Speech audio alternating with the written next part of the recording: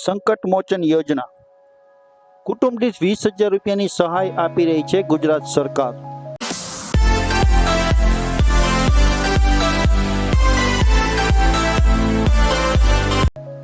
મિત્રો, સ્વાગત છે તમારું અમારા નવા એક વિડીયોમાં। મિત્રો, ઘણા લોકો કન્ફ્યુઝ થઈ જતા હોય છે, એટલે અમે તમને જણાવી દઈએ કે સંકટ મોચન યોજના 2024 એ દરેક કુટુંબ દીઠ 20,000 રૂપિયાની ગુજરાત સરકાર સહાય આપી રહી છે। તો ચાલો આ યોજના વિશે સંપૂર્ણ માહિતી જાણીએ, જેમાં યોજનાનો લાભ કઈ રીતે લઈ શકાય, સંકટ મોચન યોજનામાં મળતા તમામ લાભ અને આ યોજનાનો લાભ કોણ લઈ શકે, અને સંકટ મોચન યોજનાનો લાભ લેવા માટે કયા કયા જરૂરી દસ્તાવેજો જોઈએ અને આ યોજનાનો લાભ લેવા માટે કઈ રીતે અરજી કરવી, સંપૂર્ણ માહિતી આપણે જાણીશું આ વિડીયોમાં। પણ મિત્રો, એ પહેલાં મારી ચેનલને તમે સબસ્ક્રાઇબ ના કરી હોય તો પ્લીઝ મારી ચેનલને સબસ્ક્રાઇબ કરી દેજો, જેથી આવા જ નવા વિડીયોના નોટિફિકેશનો આપને પહેલાં મળતા રહે। તો ચાલો મિત્રો, આ યોજના વિશે આગળ વાત કરીએ તો શું છે સંકટ મોચન યોજના 2024। આ યોજનાની ખાસ બાબત એ છે કે દરેક કેટેગરીના લોકોને આ યોજનાનો લાભ આપવામાં આવે છે। આ યોજના માટે કોઈ એક ખાસ કેટેગરી નિશ્ચિત કરેલ નથી। આ યોજનાના નામ પરથી ખ્યાલ આવે છે કે સંકટ મોચન એટલે કે સંકટ સમયે કુટુંબને 20,000 રૂપિયાની ગુજરાત સરકાર દ્વારા સહાય આપવામાં આવે છે।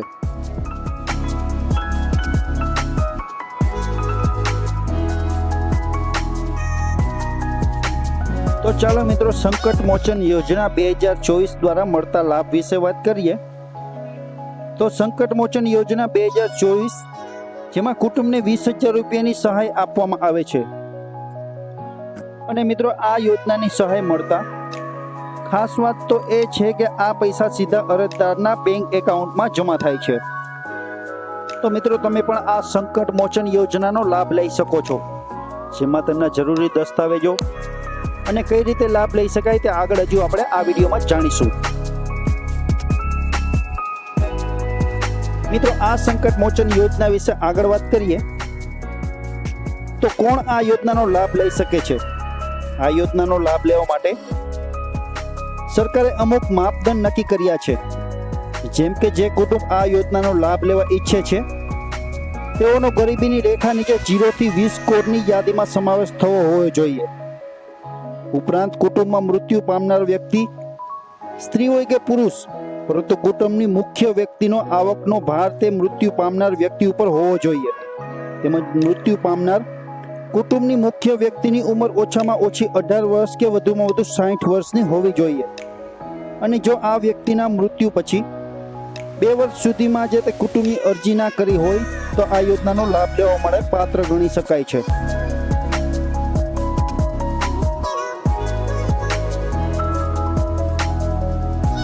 મિત્રો, આ સંકટ મોચન યોજનાના દસ્તાવેજ વિશે વાત કરીએ તો આ યોજના માટે તમે ઉપરની બધી જ શરતો અને નિયમોનું પાલન કરો છો તો તમારે અરજી ફોર્મ સાથે મૃત્યુ પામનાર વ્યક્તિનું ડેથ સર્ટિફિકેટ, મૃત્યુ પામનાર વ્યક્તિના ઉંમરનો પુરાવો અને રેશન કાર્ડ, આ ઉપરાંત બેંક ખાતાની પાસબુક તેમજ ગરીબીની રેખા નીચેની યાદીનું પ્રમાણપત્ર જોડવાનું રહેશે।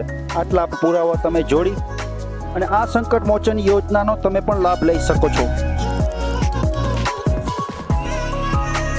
તો ચાલો મિત્રો, આગળ વાત કરીએ તો આ સંકટ મોચન યોજના માટે અરજી કેવી રીતે કરવી। મિત્રો, તમને એ પહેલાં જણાવી દઈએ કે આ યોજના માટે તમે ઓનલાઈન અરજી નહીં કરી શકો। જો તમે ગ્રામ્ય વિસ્તારના રહેવાસી છો તો તમે ગામના વીસી પાસે ઉપર મુજબના ડોક્યુમેન્ટ લઈને જશો તો એ એમની અરજી કરી આપશે। આ ઉપરાંત તમે તમારા જિલ્લા અથવા તાલુકાના જનસેવા કેન્દ્ર અથવા મામલતદાર કચેરીએ જઈ અને આ યોજના માટેનું ફોર્મ ભરી શકો છો।